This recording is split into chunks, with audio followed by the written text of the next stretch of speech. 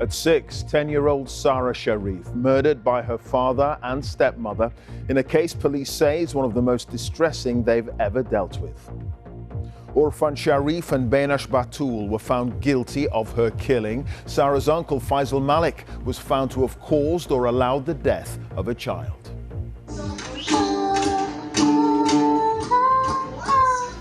Her teacher remembers Sarah as a happy girl who loved to sing. She was such a cheerful little soul, and I think that's what's really heartbreaking, because she was such a special little girl. Also tonight in Syria, after the fall of a dictator, many want revenge for the atrocities of the Assad regime.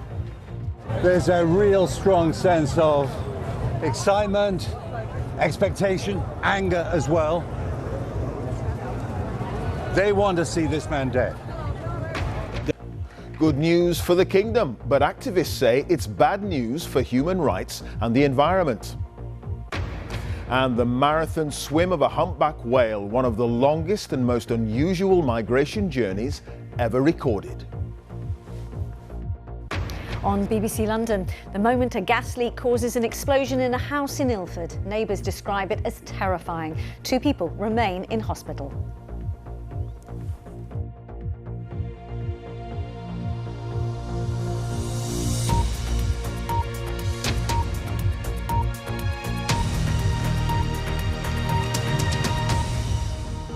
Good evening. The father and stepmother of Sarah Sharif, the 10-year-old girl whose body was discovered at her home in Surrey last year, have been found guilty of her murder at the Old Bailey. Sarah endured more than 2 years of abuse, including being burnt and regularly beaten, suffering dozens of injuries. Her uncle was found not guilty of murder, but of causing or allowing the death of a child. Her family fled to Pakistan after the killing. Speaking outside court, Surrey police said this was one of the most difficult and distressing cases they'd ever dealt with. In a special report tonight, we'll hear from Sarah's head teacher and we'll retrace her family's flight from England to Pakistan. But first, Helena Wilkinson has more on today's verdicts and a warning her report contains distressing details.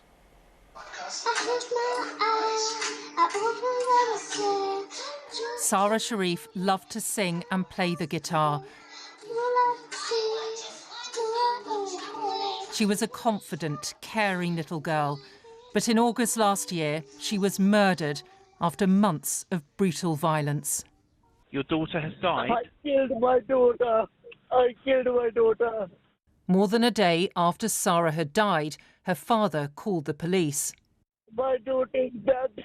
Who's killed your daughter? It's me. He had left Sarah's body alone at home in Woking in Surrey and fled with his family to Pakistan. This was the moment police arrived at the house. Police! Upstairs, under covers in a bunk bed, they found Sarah's body. Her father had left a note. It said, "It's me, Irfan Sharif, who killed my daughter by beating." The little girl had around 100 injuries, including broken bones, bruises, burns and bite marks.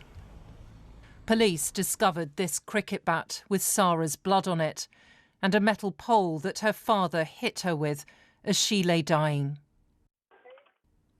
Hours after Sarah was murdered, her family were at Heathrow heading for Pakistan. But after a month on the run, Sarah's father, stepmother and uncle returned to the UK and were arrested. The body of Sarah Sharif was discovered. You are therefore arrested for murder of Sarah Sharif. During the trial, Sarah's father initially denied almost everything in the witness box before dramatically changing his evidence.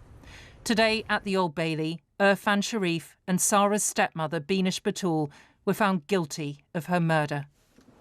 As Sarah's father was convicted of murdering his daughter, he stared straight ahead. Sarah's stepmother, Beinash Batul, sobbed as she was also convicted of murdering Sarah.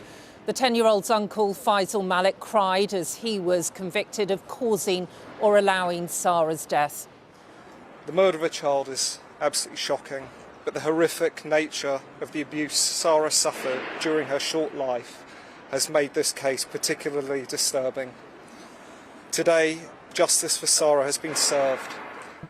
After the verdicts, Sara's mother, Olga Sharif, described her daughter as a princess and said she would always be in her heart. Helena Wilkinson, BBC News at the Old Bailey. Before Sara was even born, her family was known to police and children's services amid growing concerns of neglect and violence in the family, including against one of Sara's siblings. The acting head of the NSPCC says a review must identify ways in which Sara could have been better protected to prevent such tragedies happening again. Daniel Sanford takes a look at Sara's story and a warning his report contains details you may find upsetting. Special messages for her. In Sara Sharif's old classroom, memories of a much-loved school friend, her head teacher recalling a joyful young pupil. Sara was a very caring, very confident little girl who was just smiling all of the time. And I remember saying to her, "Sara, what do you want to do when you grow up?" And she said to me, "I want to sing." She said, "I want to be on X Factor." She said, "I want to win it." But behind the smiles, Sara had a very troubling life. Serious domestic violence against other children in her family meant social services were involved even before she was born. For a while she lived with her mother, Olga Sharif, but allegations that her mother tried to drown her meant she moved back in with her father and his new family. Once again, children's services were involved. But her father's parenting included punishment beatings. Her stepmother, Binish Batul, messaged her sister, "Irfan beat the crap out of Sara and my mind is all in bits. She's covered in bruises, literally beaten black." In March last year, Sara Sharif's school saw bruising on her face. A 6-day investigation by Children's Services ended with them simply asking the school to monitor Sara. A month later, in April, her father took her out of school, so no monitoring was possible. By July, here at her new home, out of sight of neighbours, the beatings accelerated. In around 6 weeks, she suffered 25 broken bones and a serious brain injury. But nobody took her to hospital. Sara would help with the washing. Judy Losren lived next door and noticed Sara was subdued. I never saw her smile or do anything that a child maybe should do. And that worried me, really, but not... It didn't make me feel suspicious. On the 8th of August, Sara's young body could take no more, and she died without even being taken to hospital. She was such a special little girl. It's hard to put into words, actually. I don't think I've ever felt such sadness.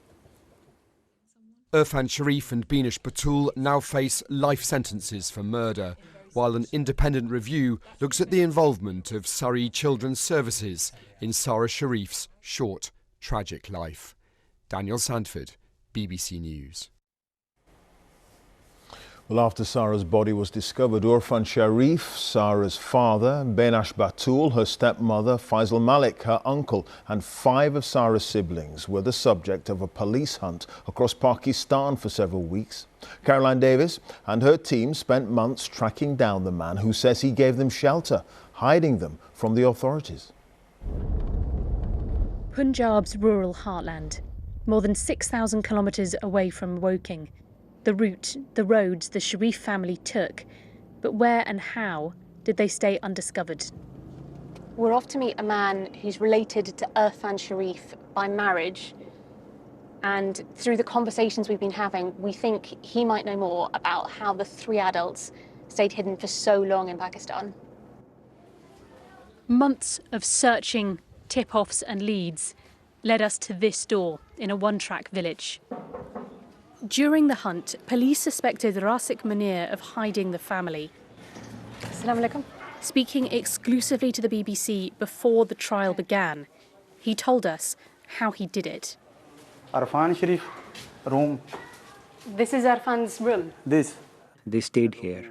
They used to sleep here. They used to use this table for food.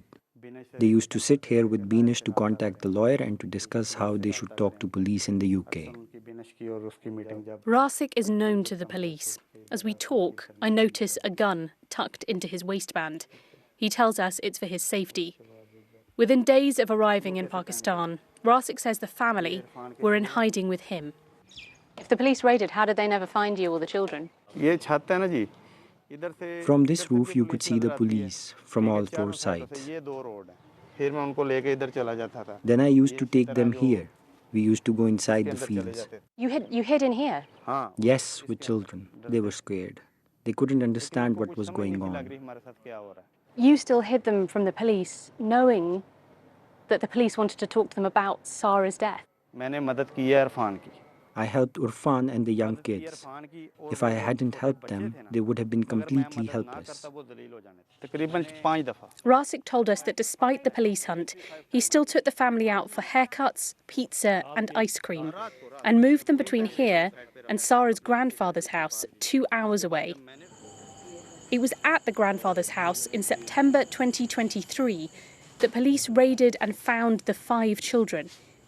Now, incredibly, Rasik says the 3 adults were there too, but hid in a neighbour's garden. If true, it means that as we filmed, the adults were metres away from us. How were they not found? The family knew they were coming because there is a big LCD to which cameras are attached. They were watching everything. Rasik says the police pressure meant the adults decided to fly back to the UK. Sarah's siblings were left behind. The trial may be over, but the damage reverberates. 5 children who lost their sister, still in limbo in Pakistan, and a little girl who lost her life. Caroline Davis, BBC News, Sialkot. Daniel Sanford is here with me. Sarah's family, they were known to all the principal authorities and agencies, the police, social services and so on, even before she was born. How could she have fallen through the net? Yeah, Clive, this case raises 2 really big questions. First of all, how was it that, given that Sarah was being discussed by social services and the family court even before she was born because of concerns about violence, how was it that she was nearly taken into care just in the first few weeks of her life, and then the same judge and the same social services department were discussing her when she was 6 years old? How was it that when the school reported bruising on her face when she was 10, the social services' only decisive action was to ask the school to monitor Sarah?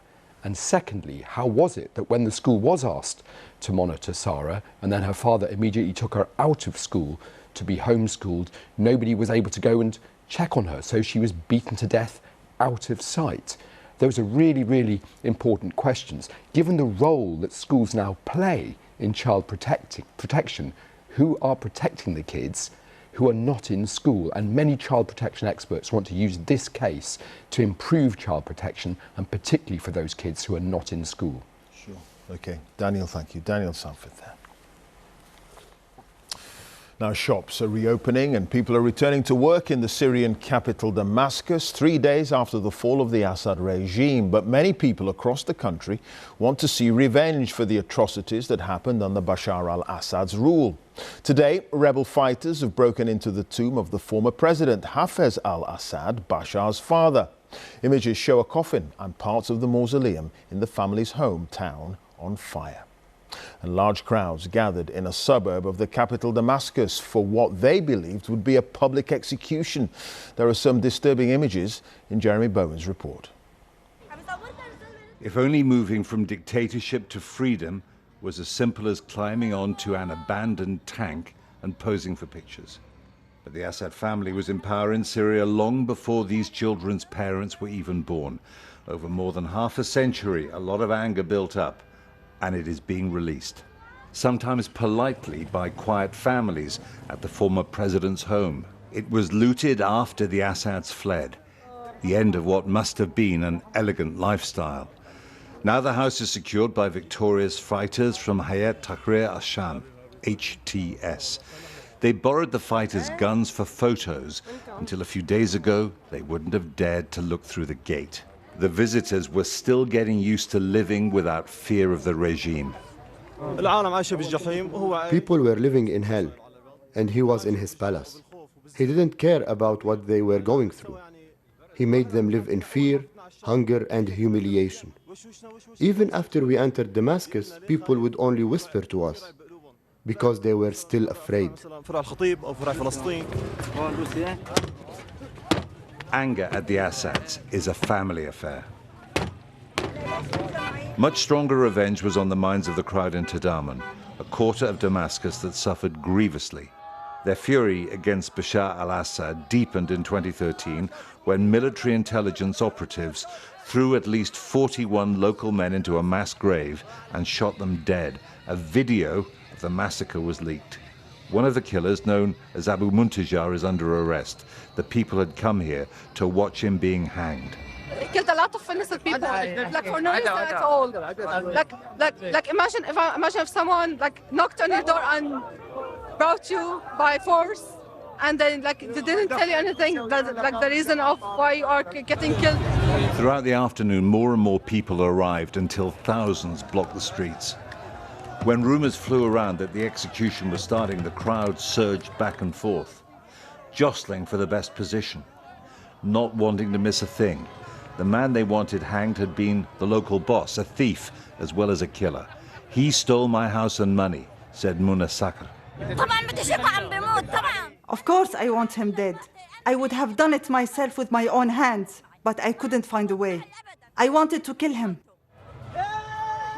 Somehow they decided the execution was happening down the street and stampeded. If Syria's new rulers do not want change to be measured in blood, they will need to control the desire for revenge. There's a real strong sense of excitement, expectation, anger as well. They want to see this man dead.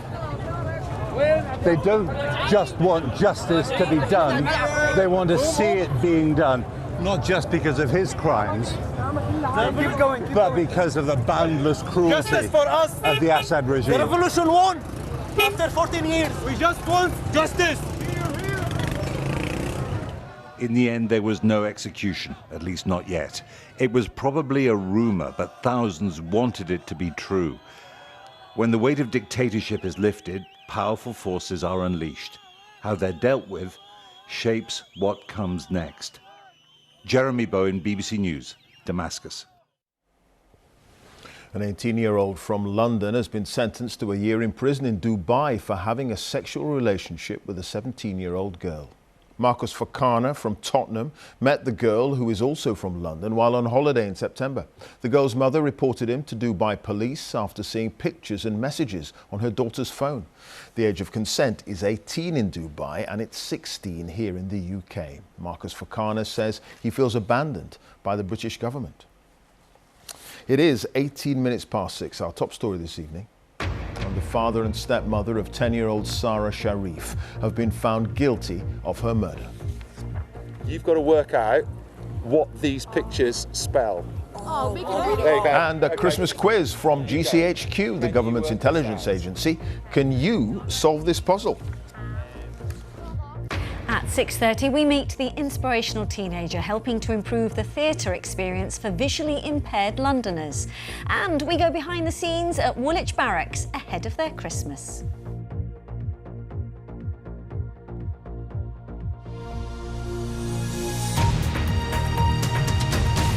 The hosts for the 2030 and 2034 Men's Football World Cups have been announced, with the first of the tournaments being staged across Spain, Portugal and Morocco.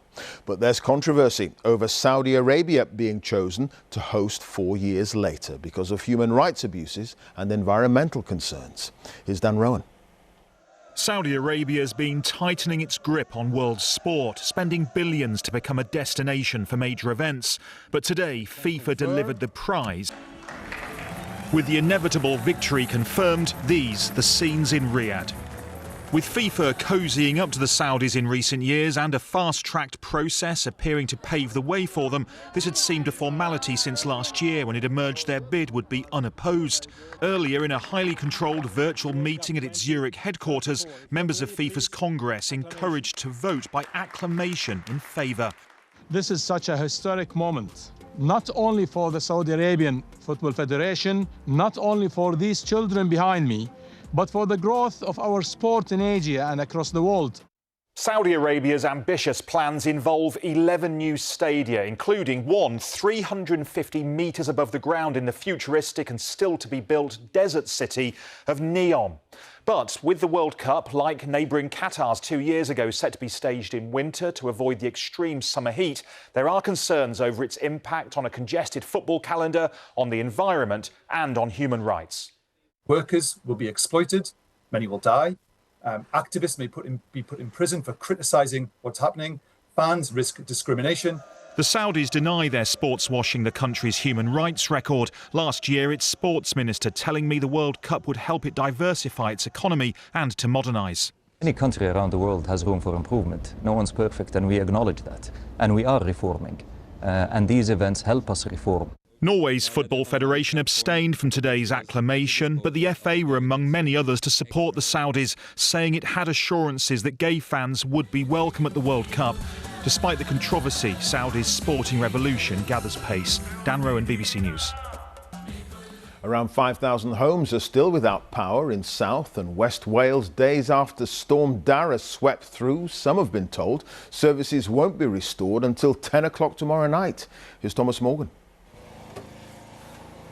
Shmai Mark, shmai pethau. Well, mae'n gallu fod wella than one, isn't it? Yeah. Although water supply was restored yesterday, 4 days on since Storm Dara, Mark's butcher is still without power. Madness. There's been absolutely madness the way things have been going.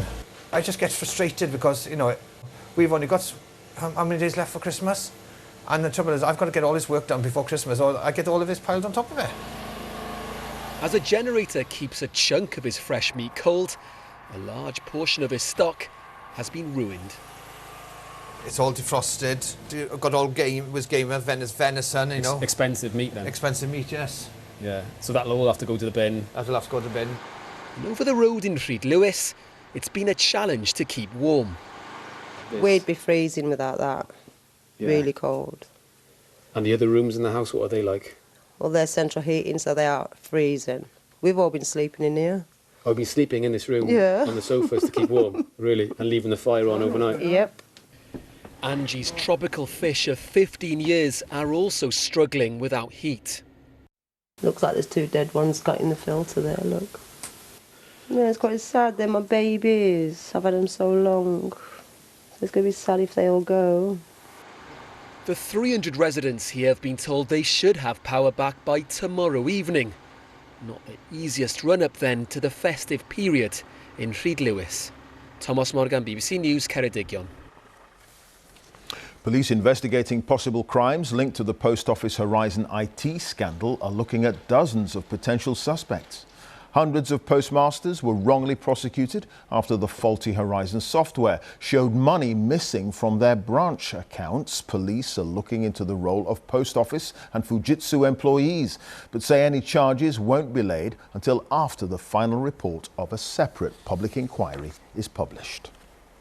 Farmers have blocked roads around the Westminster Parliament, urging ministers to consult with them on changes to inheritance tax. Farms had been exempt, but the budget imposed a 20% inheritance tax on some assets, half the normal rate. Sir Keir Starmer insists the vast majority of farmers won't be affected. New figures suggest the annual cost of renting a home in the UK is more than £3,000 higher than it was 3 years ago. And the property website Zoopla is forecasting further increases next year. Well, Coletta Smith is live in Rochdale for us. Take it away, Coletta.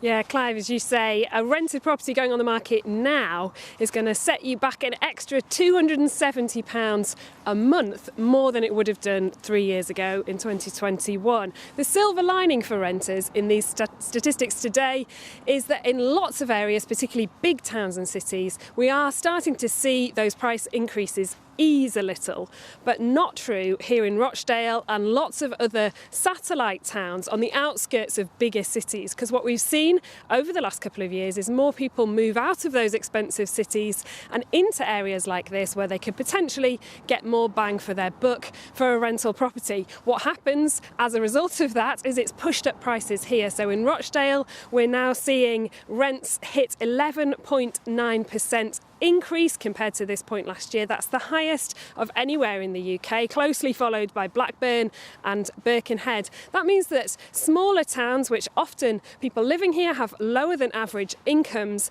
are now facing the highest rental hikes. OK, Coletta, thank you. Coletta Smith there in Rochdale. Now, scientists say this humpback whale has made one of the longest and most unusual migrations ever recorded. It was spotted in breeding grounds off the coast of Colombia back in 2017. 5 years later, in 2022, when it was next spotted, it had made its way at least 8,000 miles to Zanzibar in the Indian Ocean. Now, no one knows the route it took or why it made such a long and unusual journey, but scientists hope he could now bring a little diversity to the gene pool. Strong, adult, healthy-looking animal. So there is no reason for him not to be reproductively successful in Zanzibar. So absolutely, we hope that that was the case, yes, and that he diversified the genetic pool of Western Indian Ocean population. Now, this is the first image of a galaxy, much like our own Milky Way, captured by NASA's James Webb Space Telescope. Now, it's called Firefly Sparkle. Scientists say these star clumps are significant because they might help reveal how our own galaxy was formed. Palab Ghosh has that story. Littered across the night sky are distant galaxies. Zoom in and we come to Firefly Sparkle, a very early star system. Balls of different colours, because the clusters are at different stages in their formation. I just love this sparkle galaxy with its Christmas light shining as it was when the universe was just 600 million years old. And I find that amazing that humans now have built a telescope that allow us to peer so far back in time that we can see this this nascent phase of the galaxies forming in such a beautifully festive way. In space, the further you look, the further back in time you see. That's because of the time it takes for the light to reach us. It takes around a second for it to reach us from the moon.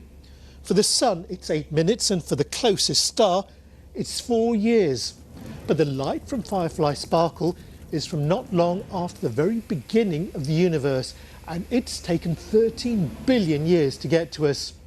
Firefly is too small and too far away to be detected by the James Webb Telescope, but luckily there are a cluster of galaxies in between which acted like a gigantic magnifying glass, which enabled us to see in incredible detail the formation of a galaxy like our own Milky Way in the process of forming. This artist impression, published in the journal Nature, shows what Firefly Sparkle really looks like. It'll help astronomers learn more about how our own galaxy was created. Palab Ghosh, BBC News. GCHQ, the government's intelligence agency, has revealed its annual festive brain teaser for school children. Now, the 7 puzzles are designed to encourage young people to consider a career in cybersecurity. Now, here's the first puzzle. Can you see it? Phil has sent us this report, Phil Mackey, and if you don't want to know the answer to this one, look away now.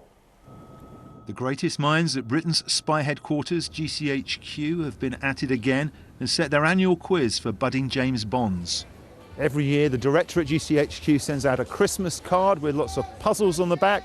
We've printed one of them up to see if we can find any potential spies here at the German Christmas market in Birmingham, and I'm the man who's been licensed to grill.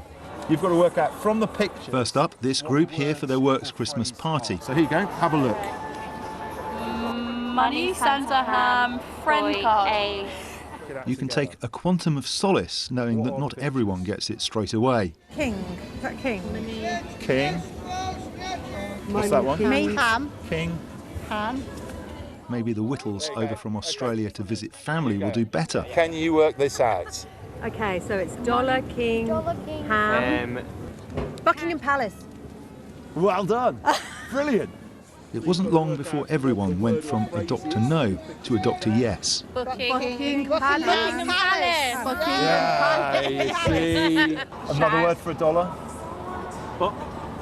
Buckingham Palace.